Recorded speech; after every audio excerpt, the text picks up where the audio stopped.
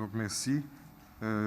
J'ai repensé un petit peu mon exposé parce que son amplitude était trop grande. Et donc je me suis limité à une seule image, qui est l'image de Notre-Dame Aparecida au Brésil. Donc je ferai d'abord une analyse historique de la dévotion à Notre-Dame Aparecida afin d'y détecter les ambiguïtés. Et dans une deuxième partie, nous ferons une lecture de ces ambiguïtés à la lumière de la théologie de Paul Tillich. Je ne vais pas anticiper ici ce que je vais dire. La première partie, c'est une histoire, et je ne vais pas suivre exactement le texte parce que je n'aurai pas le temps. Et je vais essayer de raconter rapidement l'histoire de la dévotion. Ça commence par une pêche pour l'arrivée du gouverneur de Sao Paulo en 1717. 3 pêcheurs sont allés chercher du poisson pour le souper du gouverneur. Et après avoir lancé leur filet en vain plusieurs fois, ils finissent par trouver une statue cassée, d'abord le corps et ensuite la tête de la statue. Et après cela, ils lancent de nouveau les filets, comme dans la pêche miraculeuse de l'Évangile, et alors ils reviennent pleins de poissons. Et après cela, l'image est conservée par un des pêcheurs dans sa maison, et ce n'est qu'après quelque temps qu'on commence à prier le rosaire tous les samedis soirs devant l'image, avec, vous voyez l'image dans son état actuel dans la nouvelle basilique, mais l'image est la même, au centre. C'est une petite image de 36 cm de hauteur de Notre-Dame de la Conception.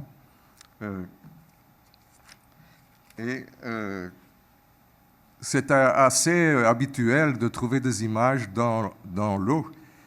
Probablement, on trouve ça miraculeux, mais probablement que ça a été le résultat du bris de l'image. Elle a été jetée dans l'eau justement parce qu'elle était cassée pour éviter la malédiction. Donc on a recollé l'image, là, et elle a été l'objet d'un culte. Il faut dire que l'image est probablement d'origine portugaise. De toute façon, la dévotion à Notre-Dame de la Conception est une dévotion portugaise qui a été introduite par les jésuites, et c'est le résultat du miracle de la victoire du Portugal qui, en 1640, est arrivé à se séparer à nouveau de l'Espagne, et c'était considéré comme un miracle de Notre-Dame de la Conception. Donc, il y a déjà une ambiguïté de ce côté-là, c'est que l'image est une image importée, une image coloniale. Mais elle va être appropriée par les Brésiliens, et en particulier par les Noirs, par le fait que l'image est noire. Bon, l'image n'est pas noire parce qu'elle a été faite noire. En réalité, c'était une image blanche, peinte, mais avec la figure blanche, mais elle a été noircie par sa présence dans la vase, et puis après par les cierges, la fumée autour de l'image. Mais de cette façon, même ainsi, les Noirs ont trouvé dans l'image noire le symbole de leur race, de leur oppression, de leur désir de dépasser cette oppression. Et il y a un miracle au sujet, un premier miracle qui va arriver, c'est qu'un soir, donc pendant la prière du rosaire, les cierges s'éteignent, et après quelque temps, ils se rallument tout seuls. Ça, c'est un premier miracle. Un autre miracle, c'est qu'un esclave qui s'était enfoui, avait été capturé, revient chez son propriétaire, et il passe devant la première chapelle de Notre-Dame Aparecida. Aparecida, ça veut dire apparu, parce qu'on l'a trouvé quelque part. Et ce nom va rester. Donc, passant devant la chapelle, il demande de pouvoir prier devant la chapelle. Et au moment où il prie, les chaînes se brisent et tombent. Et à partir de là, on n'a pas eu le courage de le garder en esclavage, on l'a affranchi. Le culte des origines était dépourvu de rigueur religieuse et a passé de longues années loin des yeux de l'Église. Mais l'Église institutionnelle devait finir par s'intéresser à une dévotion en constant progrès. Le curé de la paroisse alla se certifier personnellement de l'authenticité de la dévotion, après quoi il fut décidé de construire une chapelle. Une histoire répandue parmi la population compte que chaque fois que le curé voulait porter l'image à l'église pour l'y conserver, elle revenait miraculeusement pendant la nuit. Cette histoire est significative du conflit latent entre la foi populaire et l'église officielle. Un autre symptôme de ce conflit est l'interdiction de baiser l'image officiellement pour des raisons de sécurité. Les fidèles avaient la coutume de dormir dans la chapelle et d'y organiser des processions clandestines à l'insu du curé, au cours desquelles ils baisaient l'image. Peu à peu, l'image a été retirée des mains des fidèles en vue d'éviter des abus idolâtres, entre guillemets. Donc, successivement, on a construit plusieurs chapelles, et 2 chapelles, et puis une église plus grande, qui est devenue une basilique. Donc je passe un peu sur ces péripéties de construction. Et finalement, une énorme basilique qu'on a construite dans la deuxième moitié du XXe siècle et qui n'est pas encore complètement achevée. C'est la seconde basilique la plus grande du monde après Saint-Pierre de Rome. Et à côté de la chapelle, et jusqu'aujourd'hui, se trouvait la salle des promesses ou des miracles, où étaient conservés les objets. Messages écrits, images, vêtements, béquilles, parties du corps en cire, ex-voto qui témoignent de la ferveur populaire. Cette salle existe toujours dans les 2 églises construites par la suite. Actuellement, on y trouve aussi des photos, plaques de bronze ou de plastique, fleurs artificielles, maquettes de maisons, disques, livres publiés, diplômes, carrosseries de voitures ou de motos, trophées, uniformes, etc., en guise de remerciement pour les grâces obtenues en réponse aux promesses des dévots. Comme nous l'avons dit, l'image n'était pas originellement noire. Faite de terre cuite, elle était peinte et a dû perdre ses couleurs par l'action de la vase à la rivière et aussi à cause de la fumée exhalée par les bougies. Mais j'ai déjà parlé de ça. Donc je passe un peu. À côté, surtout pendant le XXe siècle, on a fondé, à partir du commerce local, tout de suite, il est apparu un commerce d'articles religieux et qui s'est développé. Et actuellement, depuis déjà un certain temps, il y a un grand centre d'accueil des pèlerins, où il y a tout un commerce, mais qui est en grande partie contrôlé par la basilique elle-même. Et le pape François est allé à Aparecida, l'image a donné son nom à une ville, et il a voulu aller à Aparecida, même cette visite ne faisant pas partie du programme, parce qu'il y était allé à l'assemblée du CELAN, Conseil épiscopal latino-américain, comme cardinal Bergoglio. Et on peut dire que l'image d'Aparecida, au cours du temps, est devenue peut-être le premier véritable symbole national du Brésil. Un deuxième point, la dévotion et son contraire. Les pèlerins viennent de loin pour demander l'une ou l'autre grâce à Notre-Dame. Guérison, protection, réussite dans les études, mariage, emploi, une meilleure situation financière, etc. D'autres ont fait un vœu, une promesse et viennent payer la grâce obtenue par le pèlerinage lui-même et par les objets laissés dans la salle des promesses avec une lettre racontant ce qui s'est passé. En contrepartie, en 1978, l'image est l'objet de l'attaque d'un jeune protestant qui la brise en plus de 200 morceaux et de la poussière. Des prêtres affirmèrent à l'époque que Rogério Marcos avait été influencé par les sermons fanatiques d'un pasteur apparemment possédé par une rage incontrôlable contre ce qui, depuis Calvin et Luther, était la cible de la furie des protestants, je cite, contre les catholiques, le culte des images et l'adoration des figures humaines, spécialement le culte à Marie. L'image a été restaurée après au musée de l'art de Sao Paulo, mais la restauratrice a dû remodeler entièrement certaines parties, dont la tête, mais elle a dû aussi utiliser tous les morceaux et même la poussière de l'image, parce que pour les dévots, ce qui vaut, c'est la matière de l'image.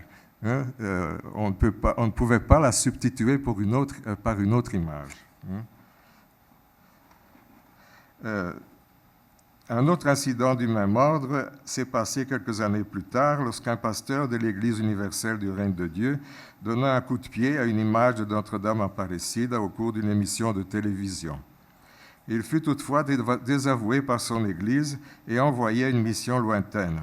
Encore actuellement, les cas d'agression à des images de la Vierge ne sont pas rares. Un troisième point, foi, argent et politique. Je vais résumer aussi. Surtout cet aspect de l'argent. Au Brésil, il existait le système du patronage, padroado. Ça veut dire que le roi du Portugal avait toute autorité sur l'Église. Et cette autorité s'est transmise aux empereurs du Brésil après l'indépendance durant le 19e siècle, la grande partie du 19e siècle. Et ils en ont profité pour plusieurs fois vider les caisses d'Aparecida, qui étaient fort remplies par l'afflux des pèlerins.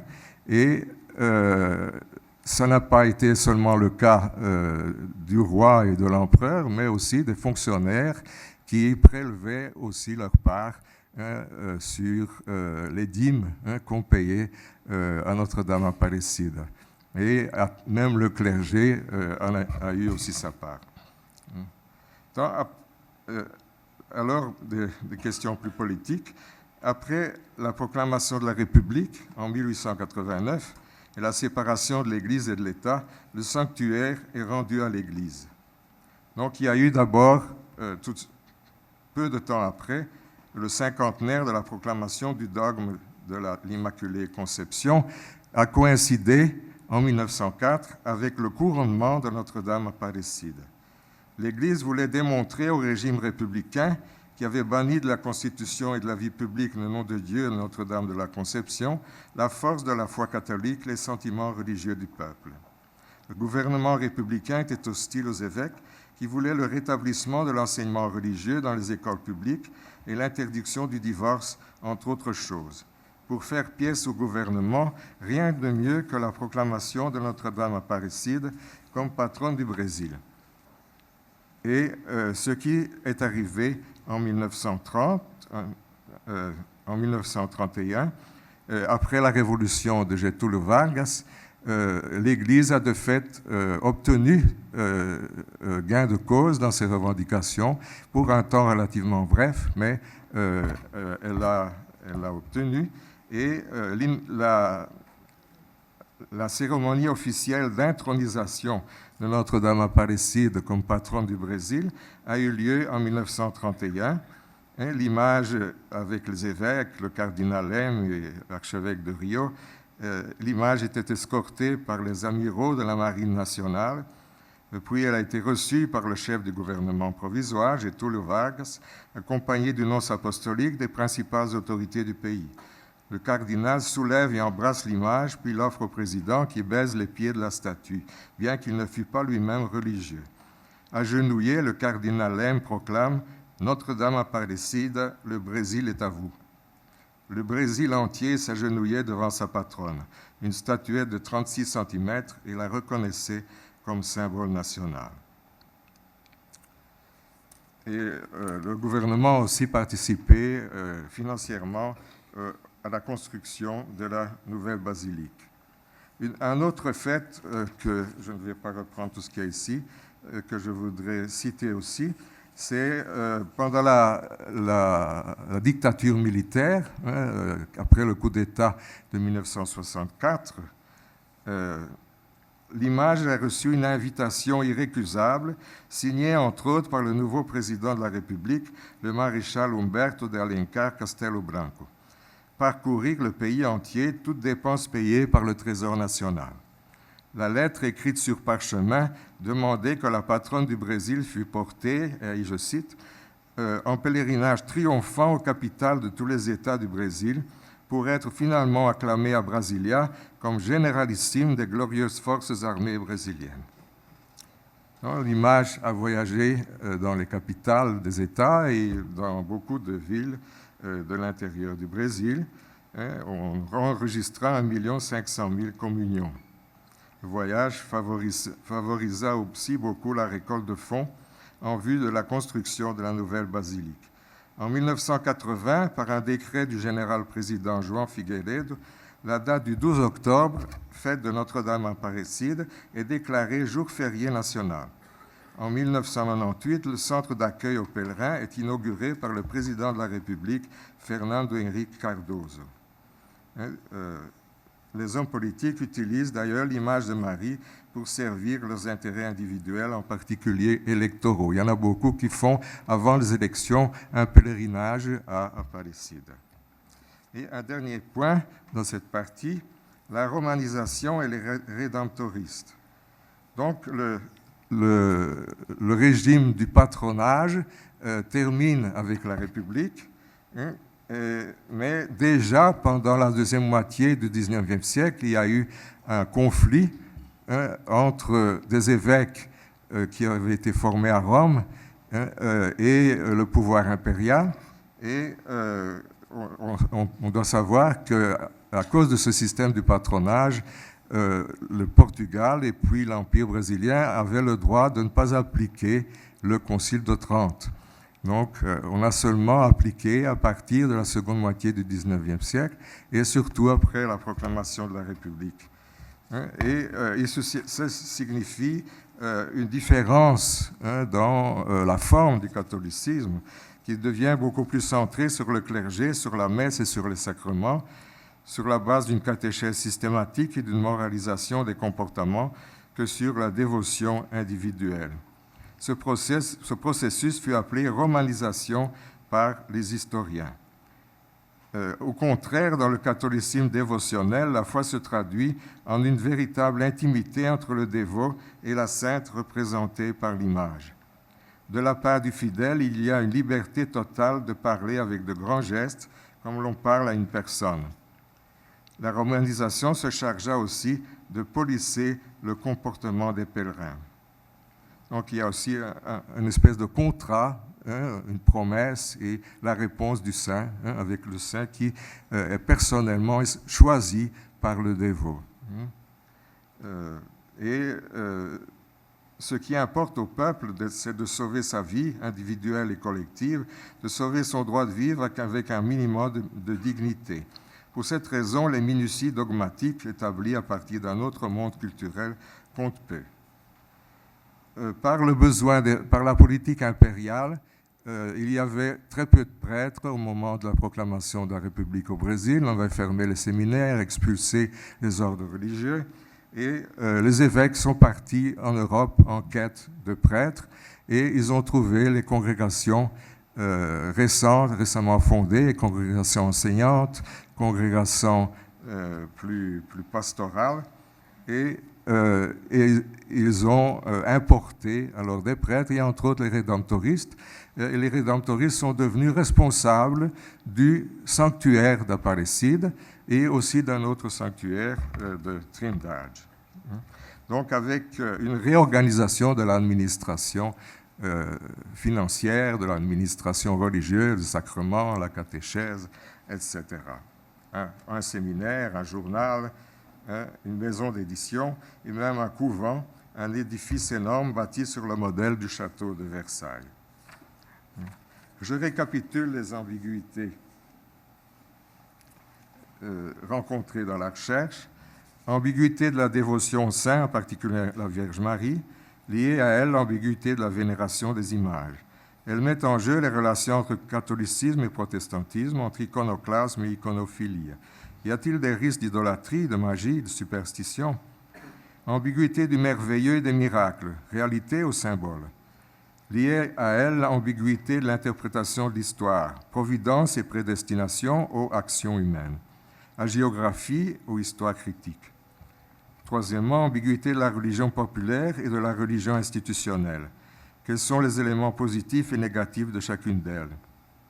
Individualisme de la foi populaire et religion de masse, foi des pauvres et des esclaves, Marie comme symbole dans la foi du fidèle ou entité métaphysique dans le dogme marial. Relation entre le clergé et les fidèles. Donc c'est la romanisation. Quatrièmement, ambiguïté de la relation entre religion et politique, entre l'Église et l'État.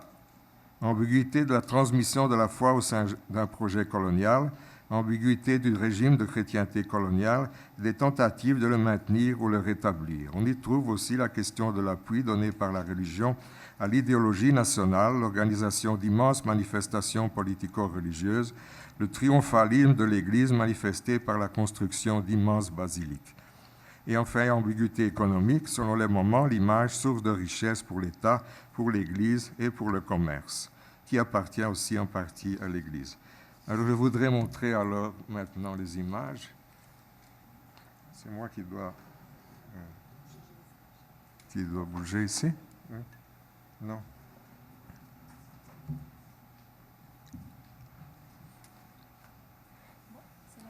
On peut les montrer toutes. Oui. Je vais dire ce que c'est. Ça, c'est une partie de la salle des miracles où il y a des photos.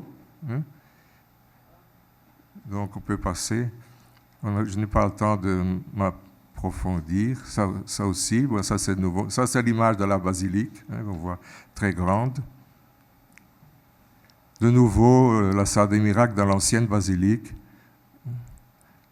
Ça, c'est l'image brisée, comme elle était. Maintenant, ça, c'est l'image vue de près, mieux ciblée. Et ça, c'est l'image, comme on a montré déjà, qui se trouve maintenant à 4 mètres du sol, pour éviter, derrière un verre blindé, pour éviter qu'on l'attaque à nouveau. Donc, je passe à Tillich. Je vais, de nouveau, la salle des miracles, oui. Je vais m'autoriser les morceaux. Je vais m'autoriser de la présentation de Jean Richard pour supposer, connu déjà l'ambiguïté du sacré, du profane, du divin et du démonique. Et je passe tout de suite à la question de la sainteté. Pour Tillich, on peut parler de personnes saintes, de personnes saintes qui sont transparentes au sacré, c'est-à-dire au fondement de l'être. Dans le cas des personnes, leur sainteté n'est pas une qualité morale, cognitive ou religieuse, mais leur pouvoir de renvoyer au-delà d'elles-mêmes, leur pouvoir d'autotranscendance. Dans la religion, la grandeur devient la sainteté, mais la religion est aussi la réfutation radicale de la prétention de la vie à la sainteté. C'est que tout acte religieux contient des éléments profanisants. Par la profanisation institutionnelle, la religion devient dans sa forme institutionnalisée une partie de la réalité finie. Prescriptions, énoncés doctrinaux, groupes de pression, pouvoir politique de force. Tout cela peut étouffer l'expérience religieuse et la ferveur de la dévotion. Dans la profanisation critico-réductive, l'ambiguïté de la critique réductrice réduit la religion à la culture et à la moralité et interprète les symboles religieux exclusivement comme produit de l'activité culturelle.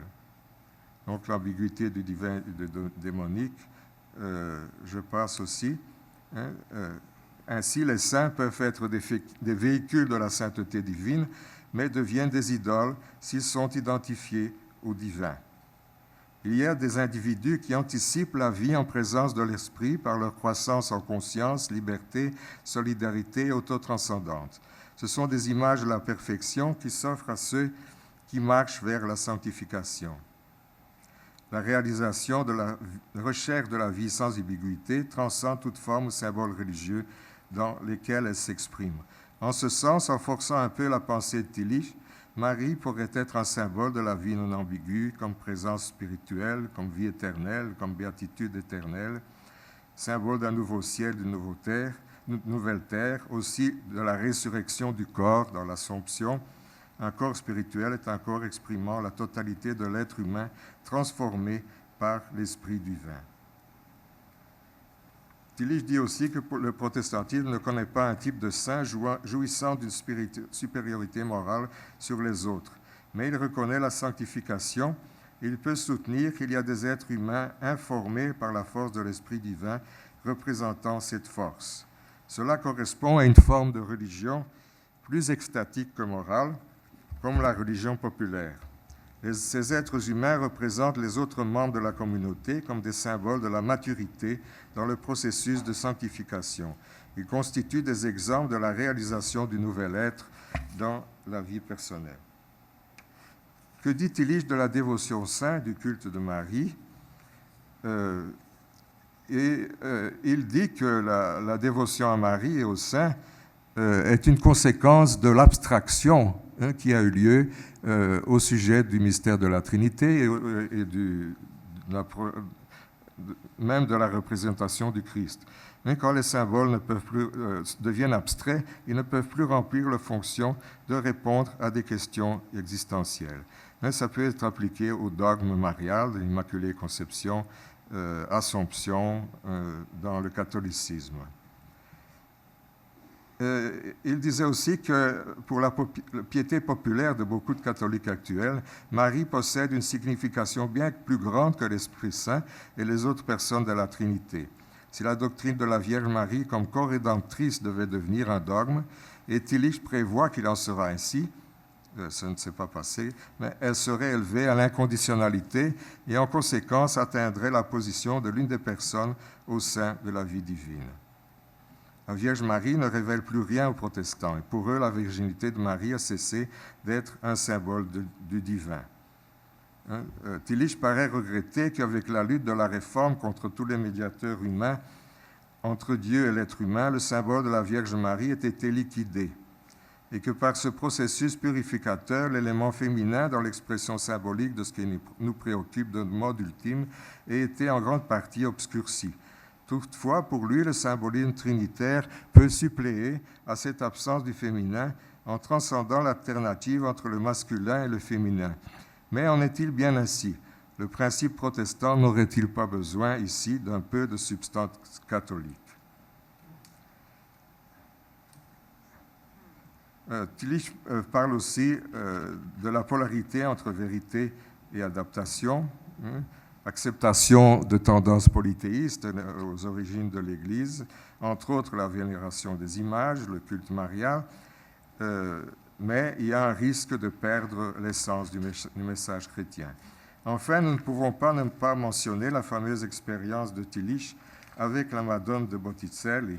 Dans ce cas, l'image de la Vierge Marie est reconnue digne de laisser transparaître l'inconditionné. Donc, Tillich a eu là une expérience extatique de pure beauté. Quelque chose de la source divine de toute chose le submerge et l'ébranle. L'image avait ouvert à Tillich une nouvelle dimension de l'être et de son âme. Ne pourrions-nous pas étendre à toutes les images ce que Tillich dit de la peinture, qu'elles peuvent aussi laisser transparaître l'inconditionné? Prolongeant la pensée de Tillich, le divin se manifeste concrètement en objet et personne, et la relation familière avec le divin inclut la nécessité de voir, entendre, contempler, toucher, embrasser, palper. La foi et la dévotion s'expriment avec tout le corps. Au lieu de voir dans les figures, images, représentations, personnes et symboles des expressions idolâtres et superstitieuses, ne pourrions-nous pas y reconnaître des médiations nécessaires du Dieu suprême? Aucune image n'épuise son mystère insondable, mais toute représentation évoque un rayon de sa lumière. Je termine en parlant un peu des miracles. Pour Tillich, le miracle est ce qui produit l'étonnement, est une manifestation du mystère. Ce n'est pas un événement qui contredit les lois de la nature, mais un événement signe qui médiatise le mystère de la révélation sans détruire la structure rationnelle de la réalité au sein de laquelle il apparaît. Présupposant les stigmates du non-être dans la réalité, comme la souffrance et l'angoisse, le miracle est un événement qui renvoie au mystère de l'être et est reçu comme un événement-signe dans une expérience extatique. Les miracles ne sont donnés qu'à ceux pour qui ils sont des événements-signes, ceux qui les reçoivent dans la foi. Donc, on peut dire cela des miracles de Jésus, qui guérissent des maux de l'autodestruction existentielle. Ne pourrait-on pas en dire de même des miracles de Marie? Selon Yvonne Gebhard, Marie combat le mal et la souffrance en ceux qui croient et restaure la vie. C'est ce qui fait de sa force une force divine. Les dévots éprouvent cette force dans une expérience religieuse quasi inaccessible à la parole. Le merveilleux de la guérison, de la rencontre et de la grâce obtenue n'est pas du domaine de la science, c'est de l'ordre de la poésie, de la poétique de l'existence. Le miracle met en valeur l'humain, fait revenir l'humain perdu à l'existence dans l'histoire personnelle et sociale. La guérison est une sorte d'extase, une expérience mystique, une expérience de l'absolu divin opérant aux limites de l'humain. En guise de conclusion, une des idées les plus intéressantes de Tillich est celle du mélange indissociable, dialectique, et indistinct et explosif des structures de création, des structures de destruction dans le monde, dans la culture humaine et a fortiori dans la religion, qui est la dimension de l'être humain qui va le plus loin, le plus haut, jusqu'au Dieu, au-dessus de Dieu, en qui est surmontée la dialectique du fondement et de l'abîme. C'est par la religion que l'humanité reçoit les plus hautes révélations, mais c'est aussi par elle qu'elle risque les plus grandes perversions. Il en sera de même de la dévotion à Marie au Brésil, ce qui était le sujet de cette communication.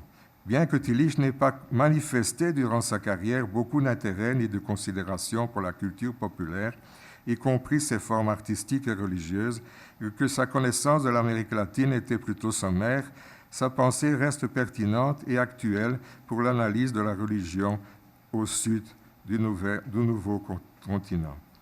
Dans le cas de Notre-Dame Apparecide, nous avons vu que plus la dévotion est fervente, plus elle est menacée de dévier vers des formes d'idolâtrie, plus elle attise des intérêts économiques et politiques injustifiables, et plus elle est menacée d'étouffement par l'institutionnel, même dans la meilleure des intentions. Plus le saint s'approche de la perfection, plus il s'expose à une chute brutale. Le contraire est aussi vrai. Plus la personne est plongée dans le mal, plus elle s'attire la grâce et la miséricorde divine, et plus ses éclairs de bonté sont comptés en sa faveur. Dans la piété populaire, Marie est la dernière chance du pécheur au bord du gouffre de la mort physique et spirituelle. Voyons pour cela le geste de Marie dans la scène du jugement dernier de Michel-Ange à la chapelle Sixtine. Elle tire le bras de son fils alors que celui-ci est en train de pousser les injustes vers l'enfer. Il y a un magnifique texte théâtral au Brésil qui raconte ces histoires à la façon du peuple, l'Auto da Compadecida, ça veut dire de la miséricordieuse, de Ariane Suassuna. Je vous remercie.